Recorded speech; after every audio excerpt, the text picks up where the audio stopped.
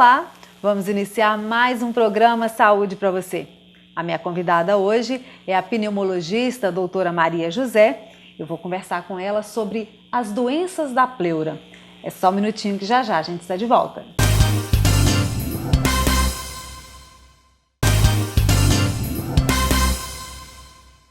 Já estamos de volta com o programa Saúde para você. Agora sim eu vou conversar com a doutora Maria José sobre as doenças da pleura. Olá, doutora, seja bem-vinda aí ao nosso estúdio. Obrigada. Maria José, fala pra gente primeiro, conceitua pleura. O que é pleura? Então, há um revestimento ao redor dos órgãos que ficam dentro da caixa torácica. Então, a pleura nada mais é do que esse revestimento pulmonar, né? Ela tem, na verdade, duas camadas, uma que fica aderida ao pulmão e uma que fica mais ou menos aderida à caixa torácica, né? É através da pleura, por conta da sua pressão negativa, né, de um espaço virtual que existe entre uma pleura e outra, que há um deslizamento para que haja uma expansibilidade do pulmão. Então, na hora que a gente respira, a caixa torácica vai expandir, né, na sua contração diafragmática, e a pleura, conjuntamente com o pulmão, vai deslizar uma sobre a outra, facilitando essa expansibilidade pulmonar, puxando o pulmão junto com a caixa torácica. Então, essa aderência do pulmão com a caixa torácica, né, com a musculatura que está envolvida ali no movimento respiratório, ela se dá através da pleura. Essa pleura também é a que envolve o coração, só que aí a gente diz que ela é mediastinal. Então, o mediastino são os vasos que estão ali próximo ao coração e o próprio coração que está sendo envolvido também por essa película, por essa pleura. Ok? Então, se a gente tem esse movimento pulmonar natural, a gente vai ter uma expansibilidade pulmonar através da contração muscular. Se a gente tem um relaxamento do diafragma, o ar vai sair do pulmão e essa caixa torácica vai voltar ao seu espaço original. Tá, agora, Maria José, quais os tipos de doença? Então, a pleura pode ser acometida por doenças primárias da pleura, a que são inerentes de doenças que acontecem na própria pleura, ou pode ser acometidas por doenças secundárias. Então, por exemplo, quando a gente diz que tem um derrame pleural, esse derrame pleural pode ser de origem primária da pleura ou em decorrência de outras comorbidades, né? Então, dentro das doenças primárias da pleura, a gente pode ter algumas afecções infecciosas, né, causadas por bactérias, por micobactéria, por exemplo, da tuberculose. Pode ter as afecções neoplásicas, que são doenças primárias de tumor primário da pleura, que na verdade só existe o mesotelioma. Ou a pleura pode ser acometida por uma doença de ruptura de um alvéolo, né, do pulmão, que causa a passagem de ar de dentro do pulmão para dentro desse espaço que inicialmente seria um espaço virtual, né, um espaço com pressão negativa, inexistente. Então, esse ar passa para dentro da pleura, formando o que a gente chama de pneumotórax, né? Então, dentro dessas possibilidades, as doenças infecciosas vão ser causadas por outras infecções, principalmente do pulmão, que vão, na verdade, transpor a pleura e também causar infecção pleural. Então, por exemplo, a pneumonia pode causar um derrame pleural irritativo, não infeccioso, mas também pode causar um derrame pleural infeccioso, que nesse caso passa a se chamar empiema, que a bactéria está alojada, está crescendo dentro desse espaço pleural. A tuberculose pode ter a tuberculose pulmonar e pleural associada, ou pode ter única e exclusivamente só a tuberculose pleural, né? Porque a tuberculose, como eu já falei aqui em outros programas, é uma micobactéria que pode se alojar em qualquer tecido, não é só no pulmão, né? Então, inclusive, a pleura pode ser acometido também pela tuberculose. Já o pneumotórax, né? São situações onde o paciente já tem algumas bolhas que se acomodam geralmente no ápice do pulmão, e essas bolhas que a gente chama de blebs estouram, né? Arrebentam, e aí passa aquele ar que deveria estar somente dentro do pulmão para dentro da pleura, formando esse pneumotórax. Mas ele também pode ser acidental, por exemplo, no acidente automobilístico, numa punção inadvertida, pode entrar ar dentro da pleura, formando esse pneumotórax. Ainda falando do acidente automobilístico, pode ocorrer uma doença pleural de sangramento dentro da pleura, que a gente chama de hemotórax. Né? O sangue que ali arrebentou por ruptura, por contusão do próprio tórax ali na hora do acidente, passa para dentro da pleura, formando ali um derrame pleural sanguinolento, que aí nesse caso teria uma outra origem, não seria uma doença pleural primária, mas em decorrência de um trauma torácico. Tá, agora, Maria José, a idade ou o sexo é um fator de risco? Não, o pneumotórax espontâneo, por exemplo, é mais comum em adulto jovem. Né? Geralmente está associado a um esforço. O paciente entra num esforço, de repente, um pouco exaustivo, acaba forçando demais, né, essa expansibilidade, acaba ali rompendo uma bolha. Então, é uma doença mais de adulto jovem. Já a doença infecciosa, ela pode acontecer em qualquer idade, né? Como a tuberculose ou a pneumonia, dependendo da complicação, né, que houver dessas afecções. A doença tumoral está associada principalmente, não, né, exclusivamente à exposição a amianto. Então, é uma doença muito rara de acontecer, enfim, não tem uma idade específica, mas tem que ter o fator de exposição. As doenças que são pleurais, mas que são secundárias, aí a gente já entraria nas comorbidades. Então, por exemplo, a insuficiência cardíaca congestiva pode causar um derrame pleural. Nesse caso, é uma comorbidade de uma pessoa mais idosa. Então, aí é mais comum no idoso. Né? As doenças, por exemplo, renais, de insuficiência renal crônica, elas podem acontecer em qualquer idade. Né? Mas o idoso também é mais acometido, né? Principalmente as associadas à hipertensão, a diabetes, a doença renal, nesse caso é de um paciente mais idoso. Então, elas também podem causar esse derrame pleural. O que difere, né, das outras doenças pleurais? Nesse caso, esse derrame pleural a gente chama que é transudativo. Ele ocorre por um aumento de pressão dentro dos vasos, né, uma congestão vascular causada por uma hipervolemia, como por exemplo na insuficiência cardíaca ou na insuficiência renal.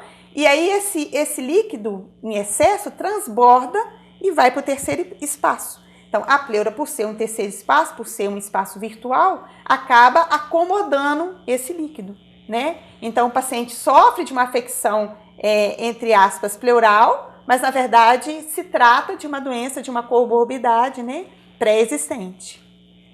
Ok. O programa Saúde para você vai para um pequeno intervalo. Volta já.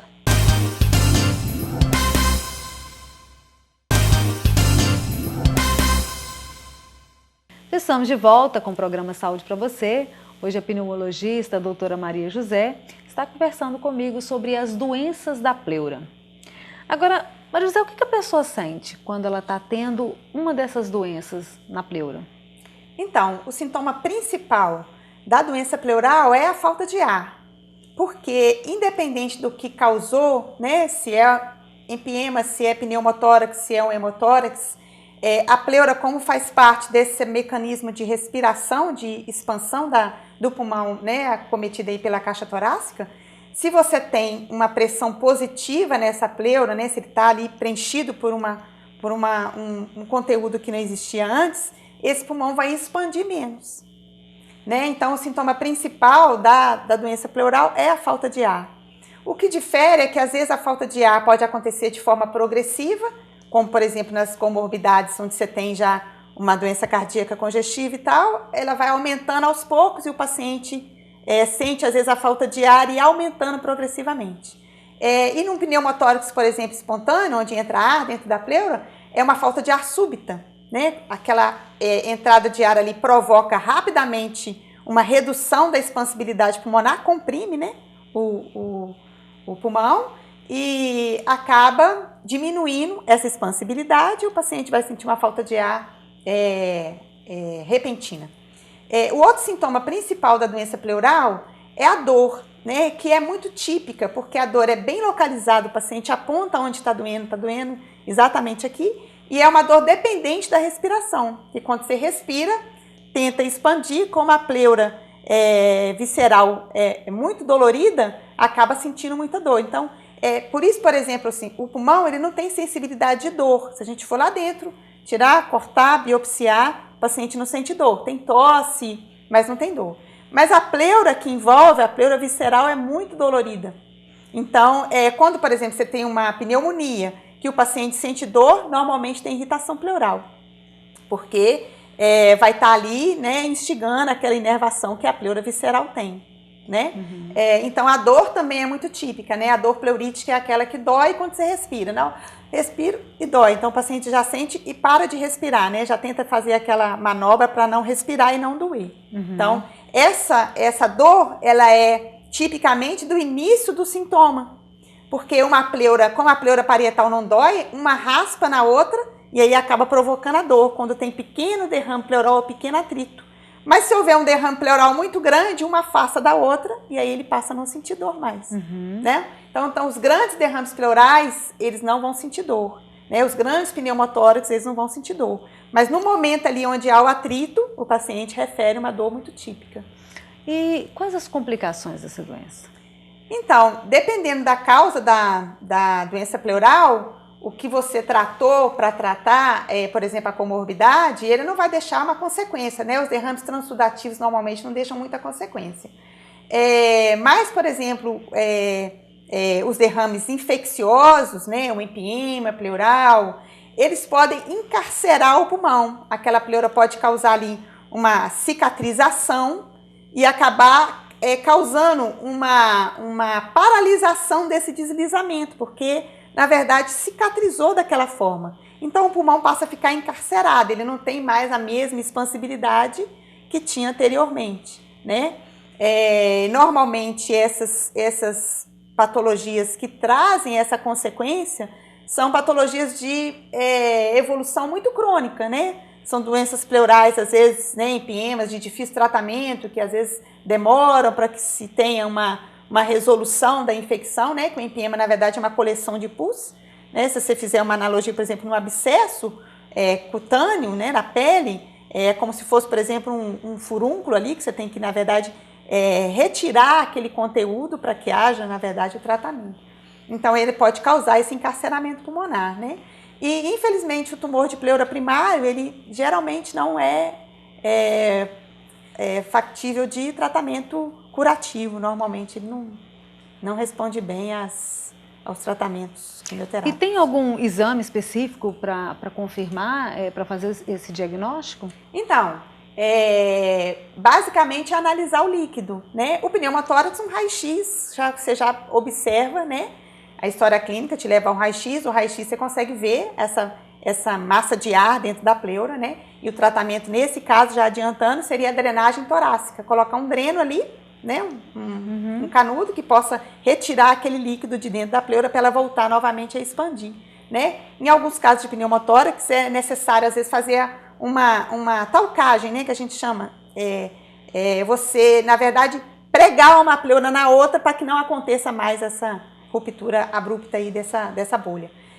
Mas um derrame pleural transudativo, você tratar a doença não necessariamente necessita de você retirar o líquido, né, drenar esse líquido. Então, a punção simples desse líquido consegue mostrar se ele é um derrame de origem cardíaca, renal, ou se ele é um derrame de origem infecciosa, né, neoplásica. E às vezes é necessário fazer a biópsia da pleura, retirar um pedacinho mesmo durante ali o ato de punção, né? E retirar um pedacinho para a gente saber qual a origem, né? Qual é o motivo da doença. E o tratamento?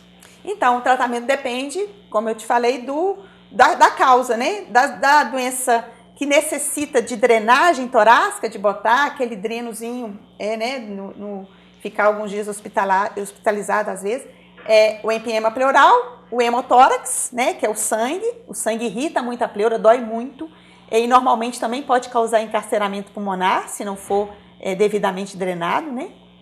Que é a complicação pior para o paciente. Então, ele também tem que ser drenado.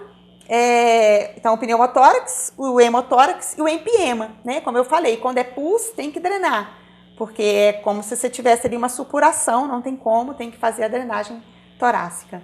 E essa drenagem pode acontecer de várias formas, aberta, fechada, dependendo da evolução do empenho.